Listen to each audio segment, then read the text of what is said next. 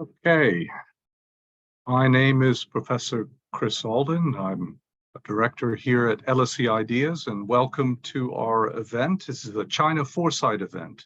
China Foresight, of course, is one of our flagship programs that focuses on the questions of the day when it comes to China, be they domestic politics, economic policy, international relations, social questions, etc. And this today is an opportunity to look at the role of Chinese provinces as actors in the international domain. I'm very pleased to have two speakers, Charlotte Lenz, an associate of LSE Ideas and China Foresight, and a former student at one stage here at LSE, currently working for the UN in Moldova. And Dr. Xin Sun, who's a senior lecturer at King's College, and friend and contributor to LSE's China Foresight programs over the years. Charlotte has written a strategic update based on research she had done and on this question of the provinces. So I'm going to ask her to speak to her findings and insights, and then once she's done, I will ask Xin if he can make some comments and provide insights on his understanding of center-provincial relations. Thanks very much. Charlotte, over to you. Hi, everyone, and nice to be able to participate in this, and thank you, Chris, for presenting me and Xin. So, as a context to the strategic update, I was focusing on basically the role of Chinese provinces abroad in the context of China-Africa relations. The aim of the paper was to focus on China's provincial governments and their role in international politics, as an aim to also a little bit bridge the academic divide between international relations and the broad discussion within the Chinese domestic politics sphere about China's central local relations and dynamics. So looking at how these could impact the role of Chinese provinces abroad, and in particular China's international politics in general. In a way, this is also with regards to the idea that China's foreign policy as an authoritarian regime, and especially since the recentralization policies under Xi Jinping, is now a unitary foreign policy actor. So this was the aim of the paper for the strategic update.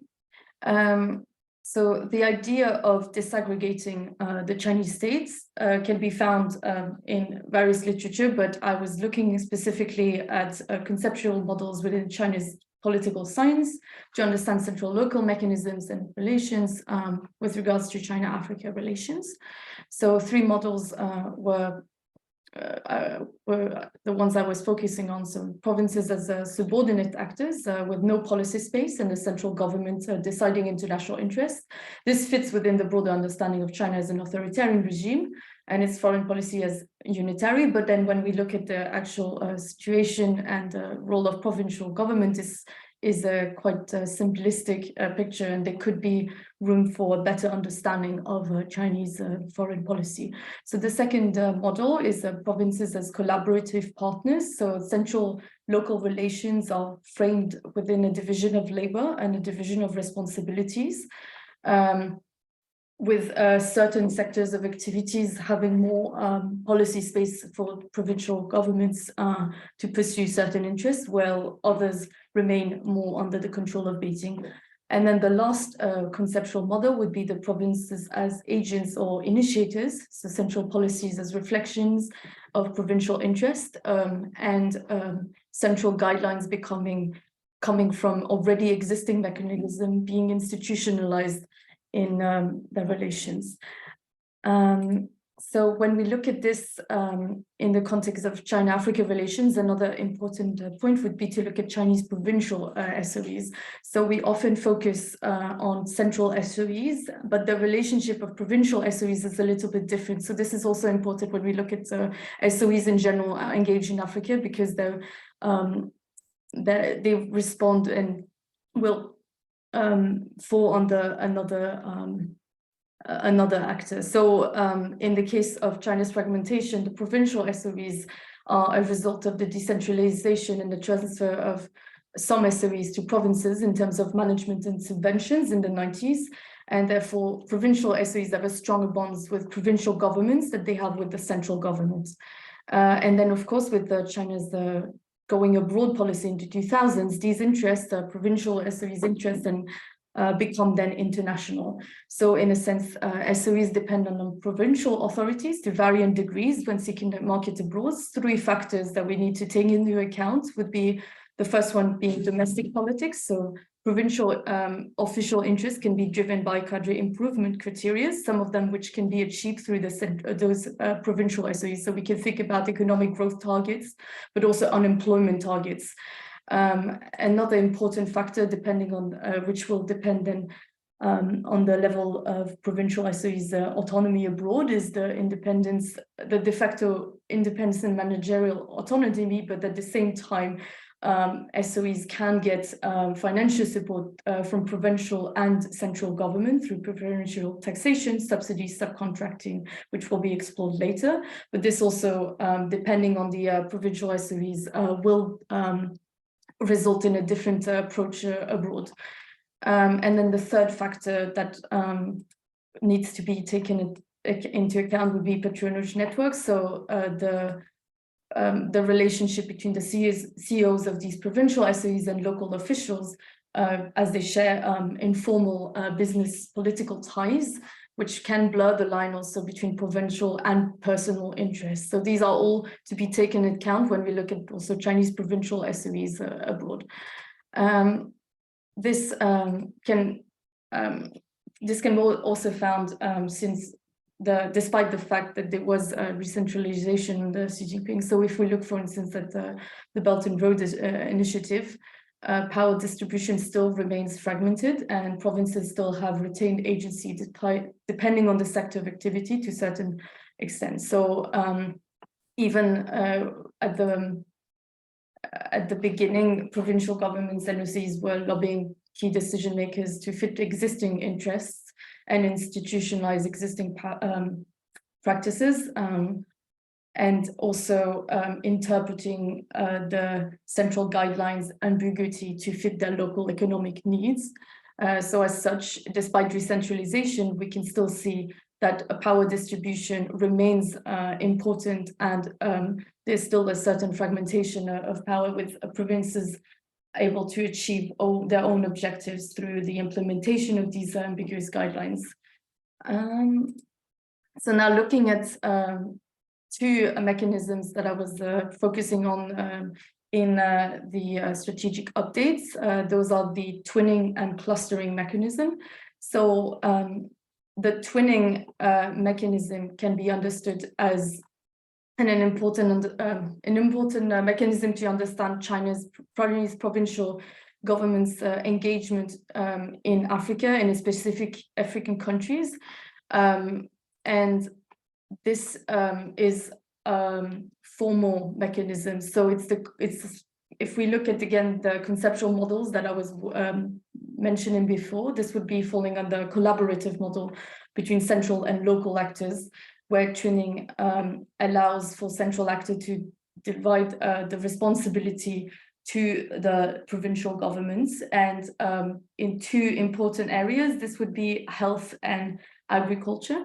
The only difference, as we must have, probably some of you have already heard about tuning mechanisms in other contexts, but in the context of China, this is looking at state to sub-national actors. So it is one African state twinned with a Chinese province, which also brings a very interesting dynamic, as some of these African states have a GDP that might be much smaller than the province they are twinned with. But I'm not going to explore this, but just this is one important link, that despite the fact that we're talking about subnational and national twinnings, there are still difference in power dynamics and economic level of economic power.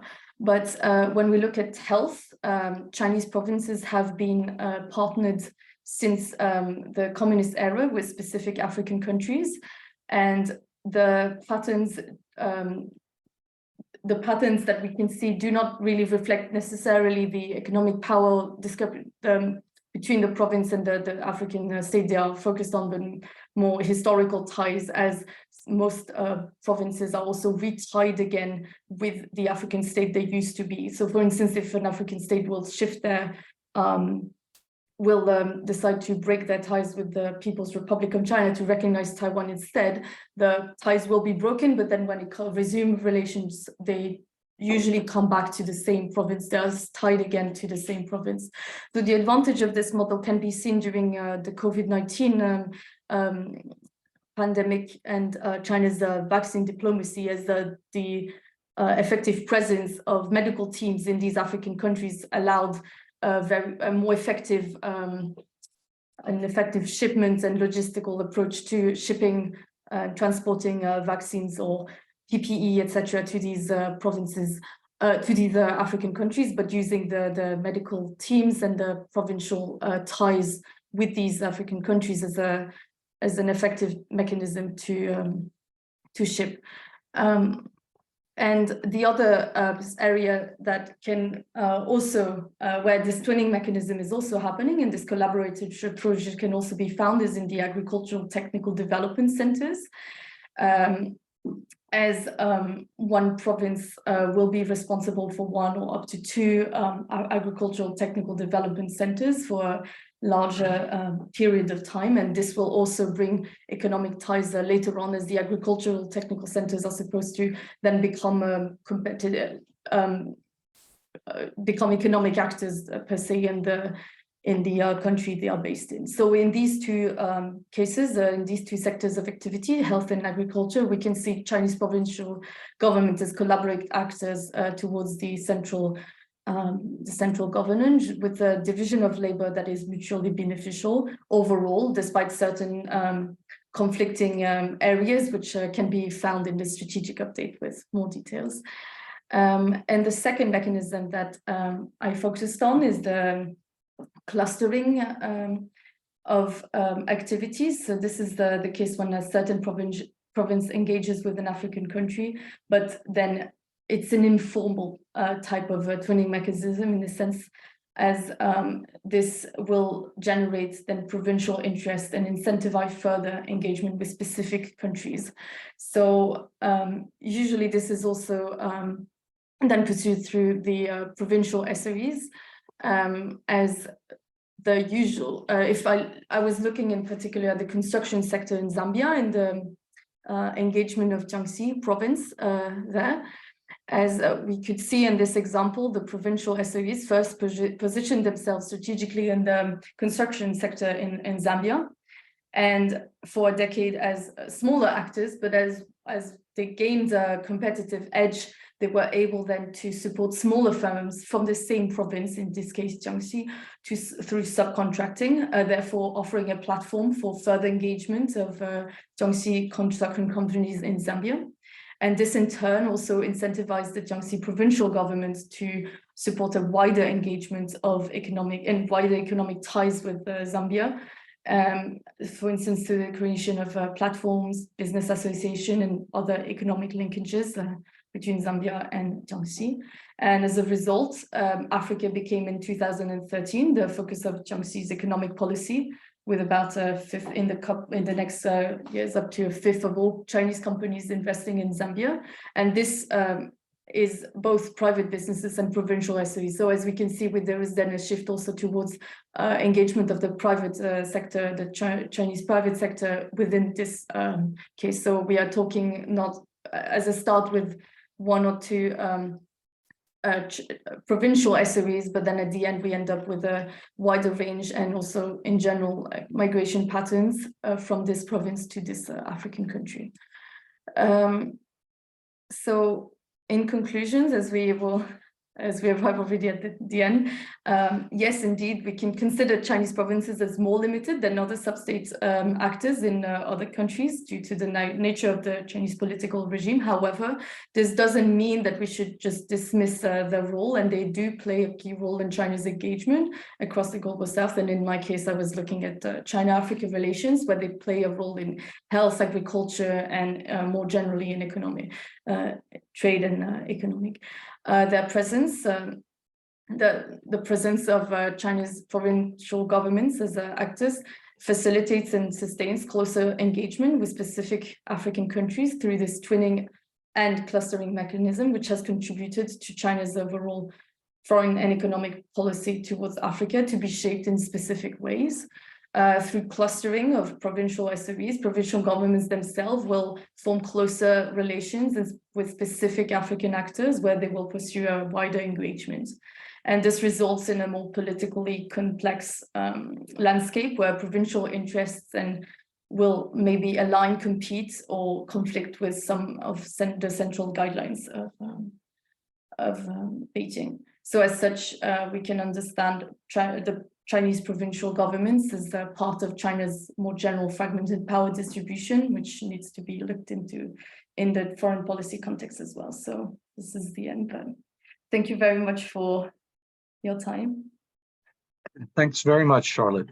Very, very good, close reading of the work, and I urge people to take a look at the strategic update itself, which will provide some of the details that she alluded to there. Can I turn to Xin to give us his reading of the themes of center-provincial relations? Thanks.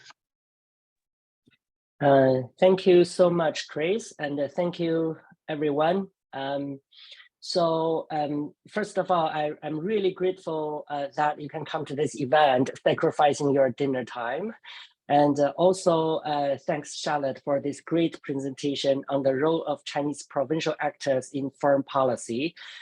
Basically, my expertise is based on domestic political economy rather than on foreign policy. So I have, done some research on how does central local dynamics affect, economic policy making and implementations within several domestic policy areas. But strangely, I have never thought of looking at foreign policy from the lens of central local dynamics. So your criticism that there seems to be a gap between the two areas, that's quite valid from my personal experiences. I guess my contribution today is mainly to provide an overview on the changing dynamics in the central local relations in China over the reform decades, and look at how these changes affect domestic economic outcomes and policies. And hopefully this overview can provide the needed context for many of you in the audience to better understand Charlotte's report. And then based on this overview, I will hopefully initiate a dialogue with Charlotte on how these recent changes in central local relations, especially under Xi Jinping, may have affected the role of provincial government in foreign policy and investment. To begin with, central local relations in China has been a much discussed topic in the literature on Chinese politics. A consensus in this literature is that China, since the reform era, is one of the most decentralized systems among major authoritarian countries. So here it is important to provide some conceptual clarity on what we mean by decentralization. Right? Strictly speaking, decentralization can be split into at least the three dimensions: political, fiscal, and administrative. Politically, China is, of course, highly centralized. As provincial leaders, they are all appointed by their superiors in the central government, and especially, the central organization department, or, in the leadership positions, they're appointed by Politburo Standing Committee. So there's no and has never been political decentralization in China. Fiscally, and also strangely, China is highly decentralized, as Charlotte correctly pointed out, especially in terms of fiscal expenditure. throughout the reform era, local government fiscal expenditure always accounts for like 60% to 70% of the national budget. Administratively, China has also been highly decentralized because many central policies were actually quite ambiguous, and they left plenty of room for local interpretation and discretion, and also as Charlotte found in the BRI project. So from a comparative perspective, there has never been a major authoritarian regime in contemporary world that has left so much power to the local authorities. Then the key question is, why is China so uniquely decentralized? This is an extremely interesting question, especially in light of the fact that most communist regimes were so centralized and they have adopted central planning economy. So there are two explanations why China has been so uniquely decentralized, and both of which are probably necessary conditions. And in combination, they account for a whole package of explanation. So the first explanation is that China can afford high level of decentralization in fiscal and in administrative terms only because its strong political institutions that allows the party to exert ultimate political control. So in other words, without strong political institutions like the cadre management system, China would have been falling apart with localities becoming independent kingdoms.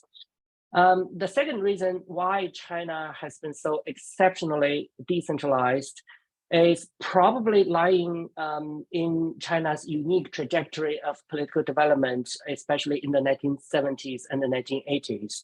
So basically, under most of the Maoist period, China also adopted central planning economy, and that was highly centralized. But after Mao died, and actually in the later years of Mao's period, there was strong tension between the supreme leader such as Mao himself or Deng Xiaoping later, and the central technocrats like Chen Yun, especially in Deng Xiaoping's period. So this strong tension between Deng Xiaoping and Chen Yun also reflect in how much power should be delegated to local authorities. So while Chen Yun favored retaining central planning, Deng strongly favored giving more power to local authorities, especially the provinces in coastal regions. So by decentralization, Deng Xiaoping essentially mobilized the strong political support from local political elites, especially the provincial leaders from coastal regions. This political support coming from the local government allowed Deng to consolidate his leadership within the party. And this is why the decade of 1980s, China has been presumably the most decentralized decade and throughout its whole history since 1949. As a result, decentralization in the 1980s has given rise to rapid economic development, and that was fueled by a lot of local government investment, but also the strong rise of a phenomenon called township and village enterprises. For example, Professor Huang Yasheng of MIT described the 1980s as an entrepreneurial decade with successful private firms emerging, and poverty in China got significantly reduced. However, this tension, there has also been a very strong tension between central and the local governments. For example, decentralization and the local investment led to overinvestment, led to overheating in macroeconomic situation, and also unprecedented inflation. So these eventually contributed to the political crisis in the late 1980s. Then, the subsequent decade, the 1990s, saw the decentralization gradually reversed. The first reversal actually happened in 1994 when the central government implemented the tax sharing reform, which basically took away lying shares of local tax revenue and redistributed at the central level. This tax sharing reform benefited central and provincial government at the expenses of lower level governments. So this is probably why, as Charlotte's report suggested, the provincial SOEs began to play a key role. And, the foundation of that happened after the 1990s tax reforms, because the provincial government began to accumulate a lot of tax revenue at the expenses of lower level governments. Then later on in 1998, the then premier Zhu Rongji further centralized the financial system. The 1994 reform targeted on the fiscal system, the national budget, while the 1998 reform targeted the financial system. So basically, Zhu Rongji reduced the local government's influence on bank loans on the financial sector. So despite this kind of a big reversal, the big jump in centralization we have seen in the 1990s, local governments in this period still retained great power, especially in administrative terms. For example, in most of the 2000s, early 2000s and 2010s, local governments in China had great discretion in using local land, without facing much limitation from the central government. For example, this is an often told story. Local governments built infrastructure, they promoted real estate, they used the land as collateral for bank loans, and they get funding, and then they restart the cycle, build more infrastructure, promote more real estate, and use more land as collateral for bank loans. So this cycle gives rise to rapid expansion of Chinese cities and also the booming real estate market. But of course, they have also led to tensions, that is the skyrocketing local government debts and also the huge debts in the real estate sector, which eventually leads to the crackdown we have seen in the past few years against the local financing vehicles and also against the real estate tycoons like Evergrande. Under President Xi Jinping, decentralization has even further reversed, especially in administrative terms. Local governments no longer enjoyed the kind of flexibility they used to enjoy in so many policy areas. For example, they used to be able to enforce environmental laws very loosely to favor local firms and investment, but now they face the strong enforcement campaigns coming down from the central government and a much strongly empowered Ministry of Environment. Local governments also used to be able to be unfettered in promoting real estate development, but now they had to more rigorously stick to Xi Jinping's, 房住不炒 policy, which is house is for living, not for speculation. A local government faced the new regulations issued by Ministry of Housing and the Ministry of Land. So basically, the final pillar of decentralization we have seen since 1980s, and that has sustained local government's power, namely the administrative decentralization has been much weakened under Xi Jinping administration. So, in general, China is moving very rapidly towards re-centralization. You might wonder why does that matter? Why shall we care? The fact is that it actually matters quite a lot. Over the past 4 decades, China has achieved amazing economic miracle that is so rare among developing countries, not to say among authoritarian countries. One important reason for this economic miracle is that, unlike most other authoritarian countries, China was highly, highly decentralized. Local governments had great autonomy in designing their own economic policies and implementing their policies with great discretion. In most of the cases, the local government used such autonomy to provide a more friendly business environment to attract the private and the foreign investment. Here, you probably wonder, why did local government use this autonomy to benefit investment rather than curtail investment? The key answer is that local governments faced severe competition among themselves, and the capital was highly mobile. For example, if one local government failed to provide a favorable business environment, and because of the high mobility of capital, investment could actually move to elsewhere. So this high mobility and the severe competition across regions serve as a credible mechanism to discipline local governments. However, after the centralization efforts under Xi, local government's power and autonomy have got further weakened, have got further squeezed. They are no longer able to provide the kind of preferential policies or treatment they used to offer for businesses. Instead, multiple central agencies, they took the place to regulate the market and dominate the allocation of economic, financial, and fiscal resources. Each of these ministries, like Cyber Security Agency, the Ministry of Environment, Housing, Market Regulations, they wouldn't care so much about economic growth or revenue or employment. Instead, they're more interested in using the newly gained power and discretion to advance their own bureaucratic interests, even if it means that additional burden and red tapes faced by private and foreign investment. Okay, so given the time constraints, I wouldn't be able to offer a more detailed picture about the complexity of central local dynamics in China, but at least I hope that this overview shows the distribution of power between central and the local governments has been in constant flux.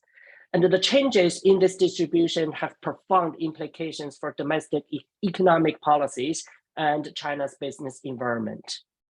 So finally, let me come back to Charlotte's presentation, which I think offered a very nicely constructed conceptual framework to describe the role played by provincial governments in China's foreign policy, especially foreign investment, but also including foreign aid. So the role can be subordinate of the central government implementing central policies. The role can also be collaborator, fulfilling central policies, but also, benefiting provincial interest. The role can also be an initiator pursuing, provincial economic projects overseas.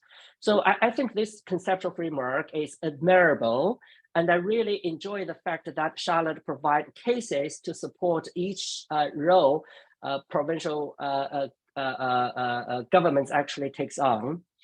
I guess, the dialogue I want to have with Charlotte is mainly about the recent changes. Like you also recognize that, under Xi Jinping, a lot of a centralization effort has been taking place. And we have seen that so often and so intense in so many other policy areas in domestic policies. So I just wonder what kind of centralization has happened in the area of foreign policy or foreign investment or Belt and Road Initiative, and how these changes affect provincial government's behavior in these areas. So that's my, hopefully, a long footnote for Charlotte's report, and your comments are very welcome. Thank you very much, and that was indeed very complimentary of the work that Charlotte presented, and in its own right provided us with both a context and insights into those dynamics, central provincial dynamics. I want to take, I have a question, and there are questions coming in as well, but I also want to take up the suggestion of a dialogue between yourselves. I wonder if Charlotte wanted to come back with some comments that reflect on the new the policies of Xi Jinping and how they might affect the story as you framed it in that. So let's start with that, and then I'll come back with some questions to follow that. Charlotte, over to you for.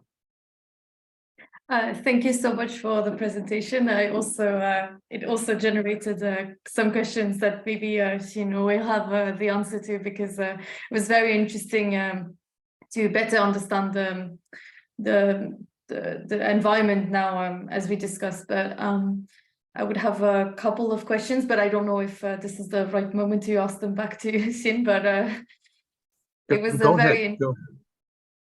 Can I go? Yeah, go ahead. So the first one would be as the last point that you mentioned, the rise of these regulatory institutions as a new actor. And I was wondering, and maybe this is also with regards to the second question I have, but do you see a role with these regulatory institutions taking some more power and a role in shaping China's economic activities abroad, as maybe provincial SOEs will be looking for new markets abroad to reach their economic goals and avoid the regulatory constraints at home? Or do you see the role of these regulatory institutions as merely domestic? And maybe a little bit linked to that, the role of these provincial debt, which has become a big concern within domestic politics, as provincial governments really struggle to find are very fiscally challenged. So with rising levels of debt, what priorities do you see in shaping provincial governments, in which of these objectives can be achieved by looking abroad? Or do you see more of kind of China looking inwards, which has been also reflected in China-Africa relations, as there's just like lower and lower levels of investments as well towards Africa? So those are the questions that I see. Chris, shall I answer the question? Yeah, I think so. It'd be nice to have that reflection. Then we'll turn to more generalized questions. Right. So Charlotte, thanks. This is a great question. I think from the domestic policy areas that I personally focus on, a general tendency or general trend I have been observing is that you see for any policy area at the starting point, many of the policy area has been lightly regulated, which means that, the central government leave a regulatory vacuum so that a lot of the players are actually compete in that area. For example, taking the housing market as an example, in the 1980s, 1990s, basically, there were very limited regulations imposed on what the local government can actually do to promote local real estate. Of course, the big purchase power of real estate haven't really fulfilled since the late 1990s.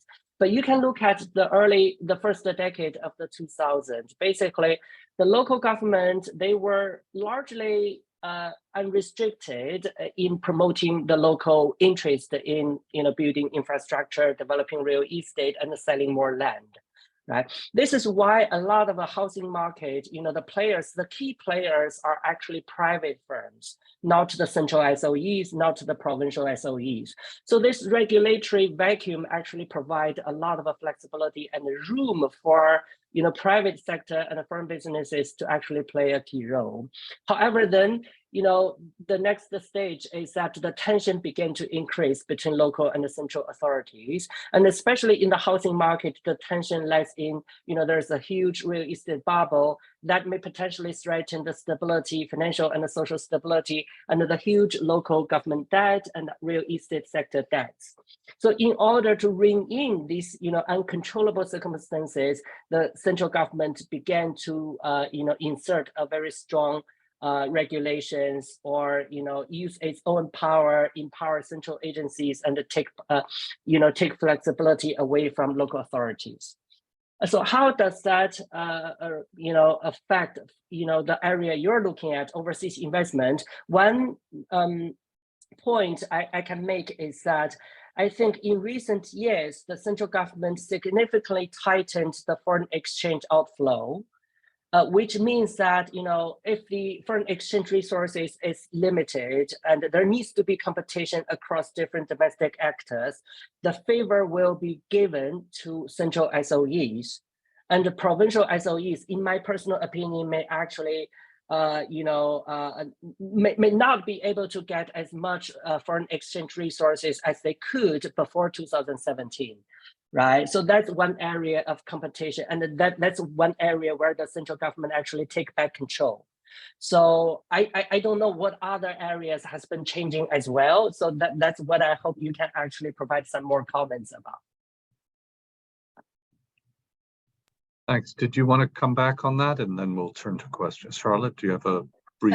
Just on the last point, I think it's quite an interesting trend as well, because when looking at the engagement of provincial SOEs, they came after the central SOEs were going abroad, so they almost a decade later. So it seems that it's going in the other direction again, where the priority goes towards the central SOEs, and then if something is left to provincial SOEs. But this is going to make also the fiscal deficit of these provincial SOEs even bring even more tension towards that.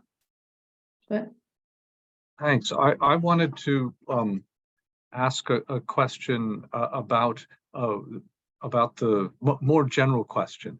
I mean, the people looking at provinces as actors take as a jumping off point the unity of China and the misperception of China as a unitary actor, and one wants to dig deeper and see that.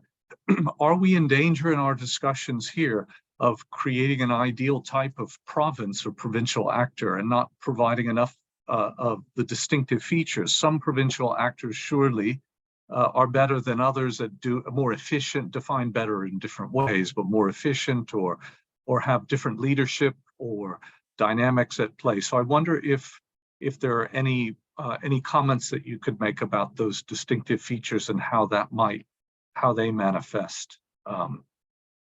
Yeah, maybe to Charlotte first, and then to Xin. Well, I think one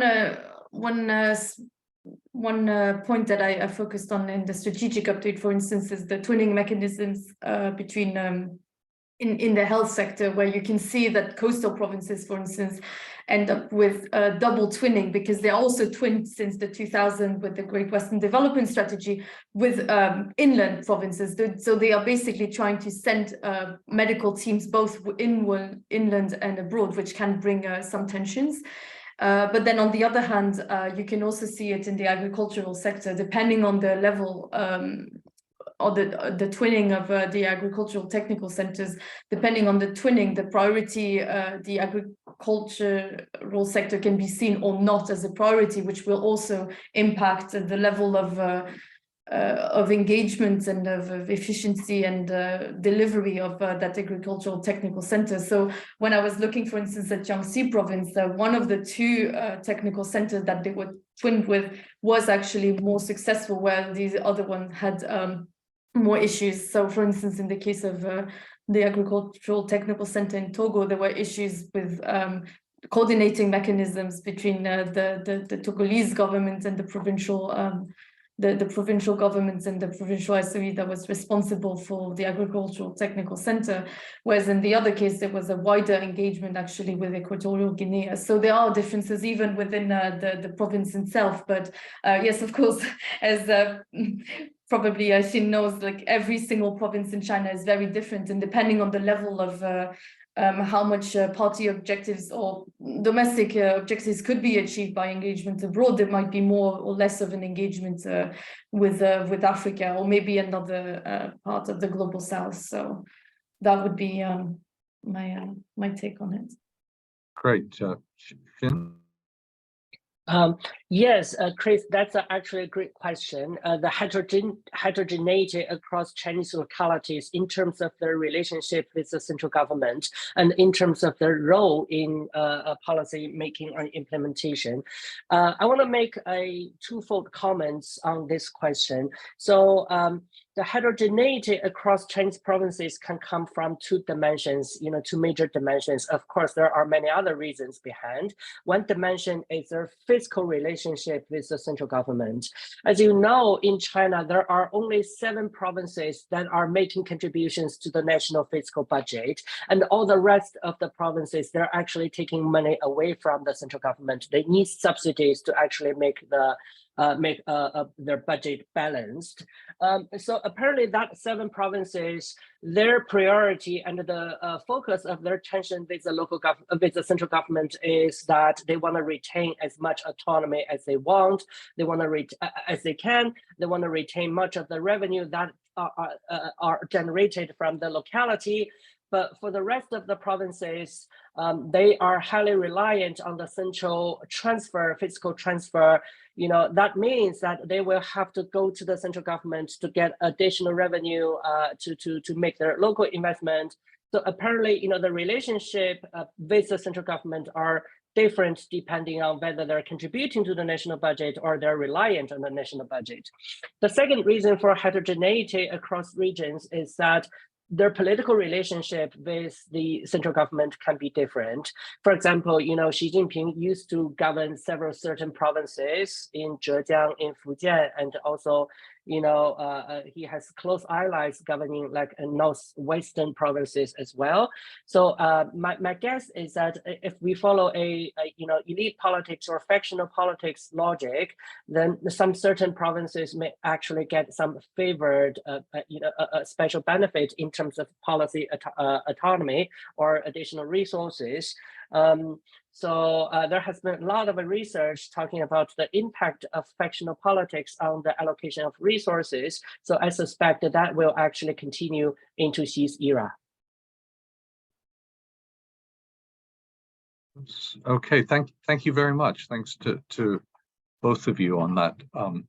I have a question from the audience. Tom Abram, thank you so much for your presentation. A recent article from the South China Morning Post contends that provinces, quote, take the reins of China's trade with Africa, but I would rather argue local government has been key actors in China-Africa relations since the 1990s at least. So I guess Tom is saying that there's a longer and deeper rooted history here, and that this contemporary call for provinces to take the reins does not reflect that history.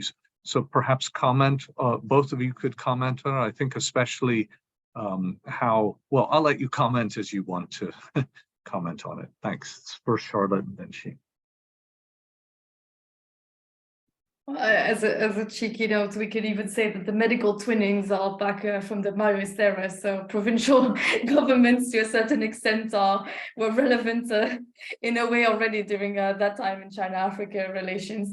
But yes and no. I would still argue that the China going abroad strategy in the 2000s was the main factor for Chinese provincial governments looking at investments abroad. So I would still say that, yes, maybe there's some provincial government engagement before the 2000s, but the turning point was the 2000s, and of course then the uptake until more recently of investments abroad, when now we see a little bit more of a turn of a trend down again. But maybe Xin can probably argue.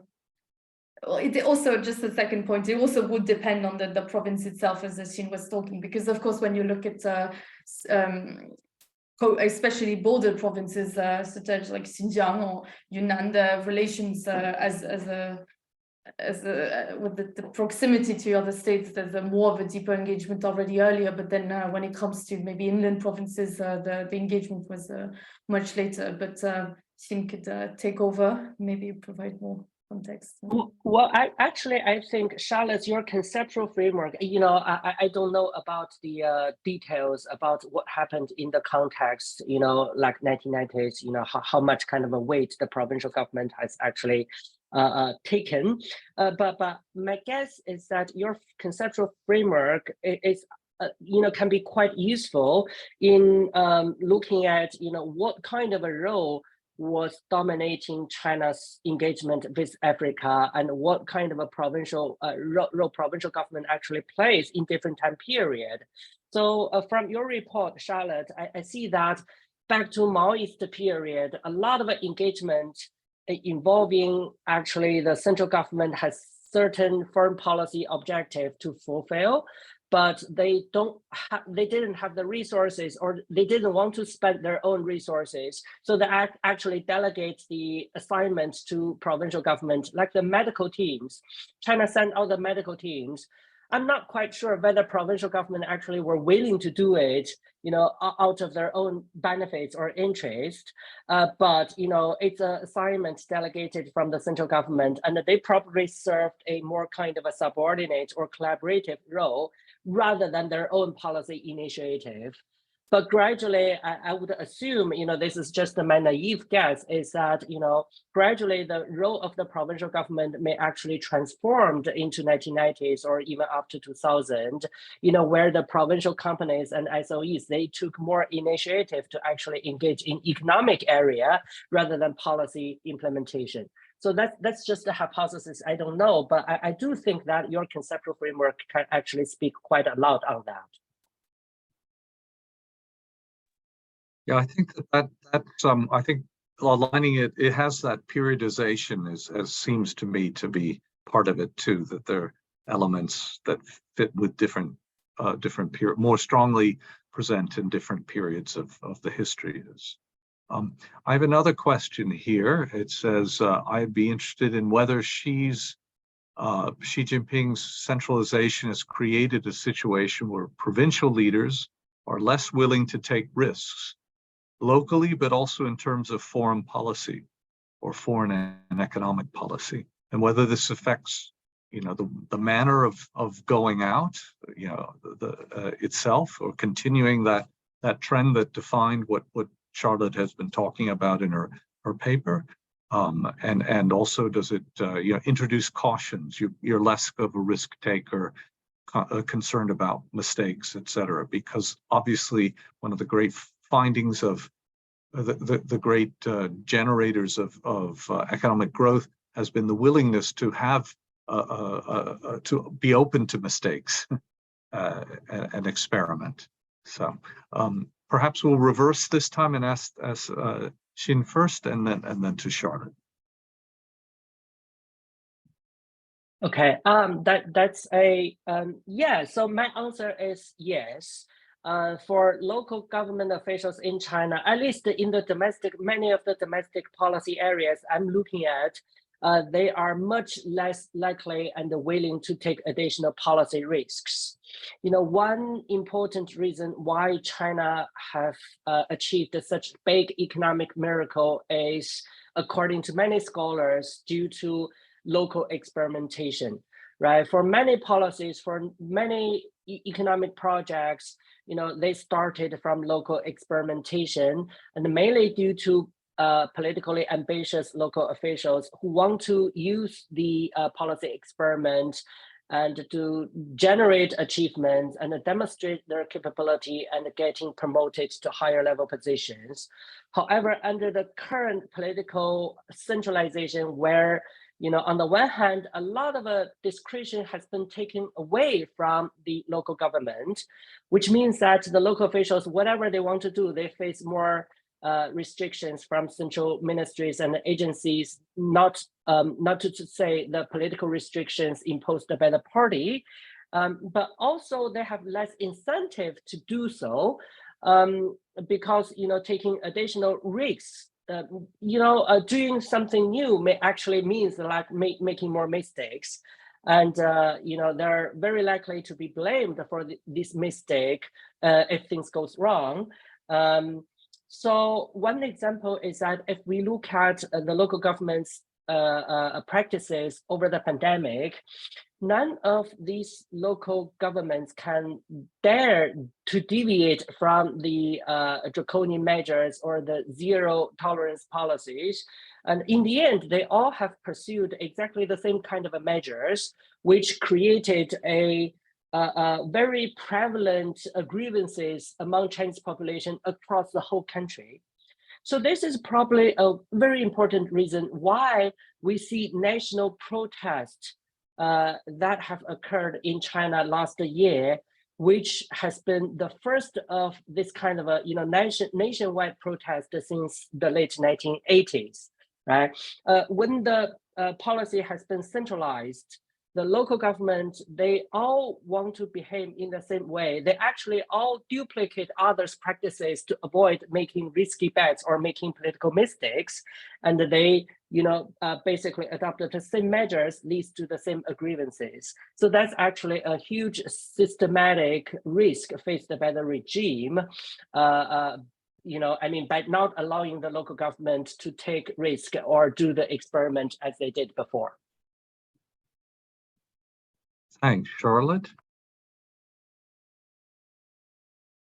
Yes, I would also quite agree with Xin on these points, and probably this in terms of foreign engagement, this could also lead to more like a consolidation of the already existing interests in already existing countries and sectors, rather than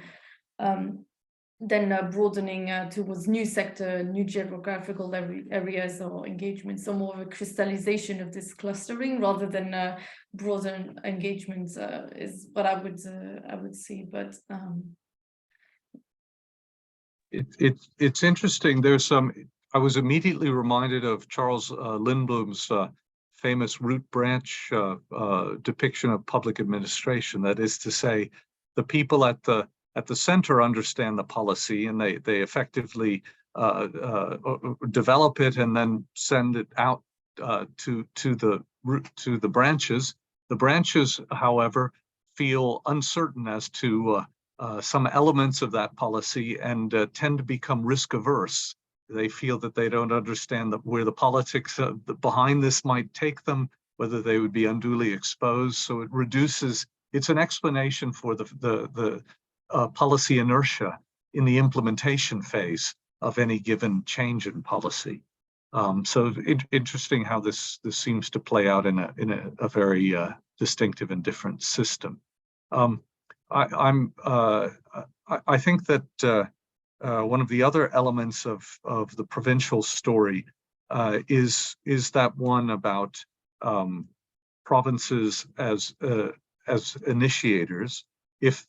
Are we seeing provinces initiating, innovating despite the constraints? Sometimes constraints may shut down certain avenues of action, but I'm wondering whether we can see in this climate some signs, perhaps in the digital domain, or something that's out of the conventional economic framework of activity, where provinces are using relatively unregulated, of course it's becoming more regulated, domain to give expression to their economic interests, commercial drivers and the like. And I wonder if either of you have seen any of that in terms of provincial behavior.